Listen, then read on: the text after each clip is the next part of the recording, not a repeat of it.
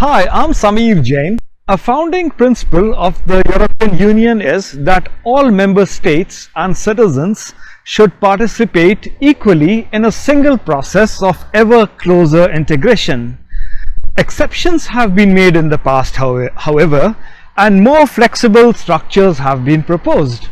So now the Euro crisis, Brexit, global geopolitical trends, they make it interesting to revisit the issue of whether European states should be able to subscribe to only some of the rights and obligations that come with the membership, with policy specific country groupings all of these moving at different variable speeds.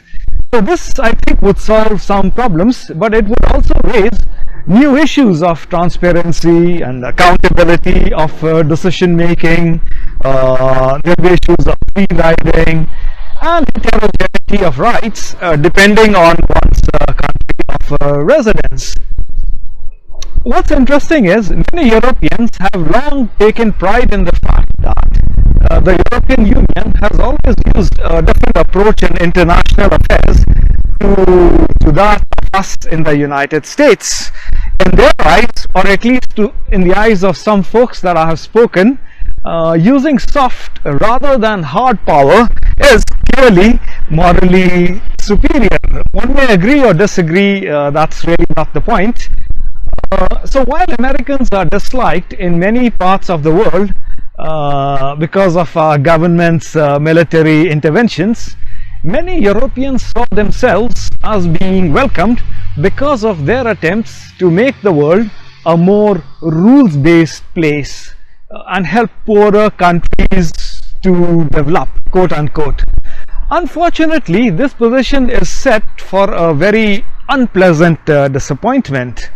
Europe these days is experiencing how easily it can be pushed around without proper military power of its own, without having made preparations to use at least its currency and market power as a foreign policy tool. So against the EU's opposition, Donald Trump, we know, has cancelled the deal with Iran. He has reimposed sanctions against Iran, and at the same time the trade war which folks accuse Trump of starting, let's not go there, by imposing tariffs on steel and aluminium is escalating. There's hardly a week in which the US or China does not announce new tariffs in retaliation to trade measures by the other side. And here in Europe, car makers increasingly worry about the potential 20% tariff on car imports. So Europe these days is experiencing how easily it can be pushed around without proper military power, and we are not talking about just NATO here, of its own, without using its currency, its ability as a foreign policy tool, as I said. So sooner or later, it's quite apparent to me that the trade war will cause real damage. US companies will see the competitiveness dwindle with rising prices for raw materials, parts, components. EU companies too will start relocating parts of their production to the very important and largest US market. So this will lead to lower profits, higher prices, less economic growth, and consequently less tax revenue. So at some point in this escalation, Trump could even link security questions with trade. I mean, why not? After all, he has long complained that the EU, especially Germany, these days his main adversary in the trade conflict, is not fulfilling its NATO commitment on defense spending. I guess he's right on that.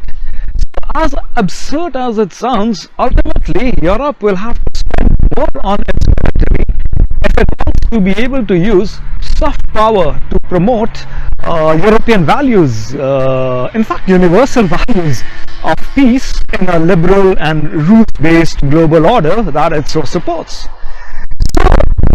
So Having come from London recently and talked to people here, Brexit is not the EU's greatest problem. Whether Britain stays or goes, the Union will have to grapple with migration, with the euro, and some of these issues are even more complex. I think that its progress will be hampered by economic stagnation. Unemployment will continue to feed populism, and it will create frustration with the elites. The fight will go on between debtors and creditors over austerity, debt relief, and the ECB. So to the extent that people feel economically hard pressed, they will be even less inclined to accept immigrants. The Germans, for one, won't accept free riding. The Easterners won't accept a collective response, and the migrants will keep coming. That's reality. So those who look to solve this with a leap of integration are likely to be disappointed. So the politics of pooling sovereignty has rarely been easy, we know that, and often delay usually prevails.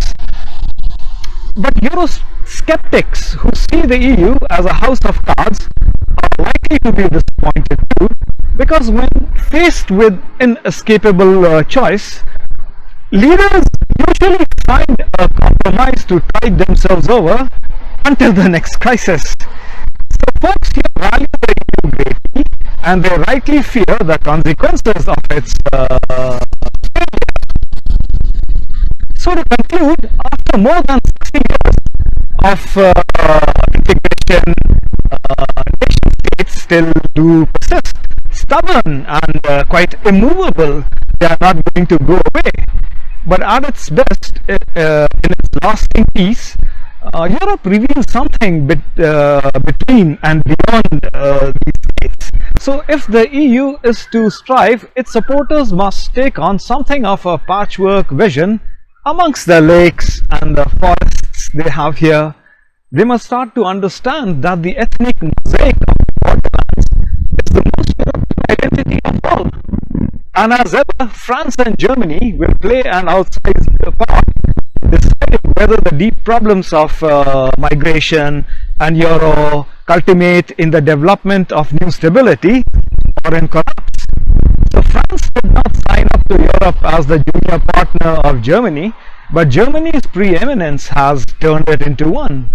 Perhaps in time, France will recover its vitality and bring in that change that it wants Europe to be. I'll keep you posted on my findings here. Thank you so much for listening in. Bye bye.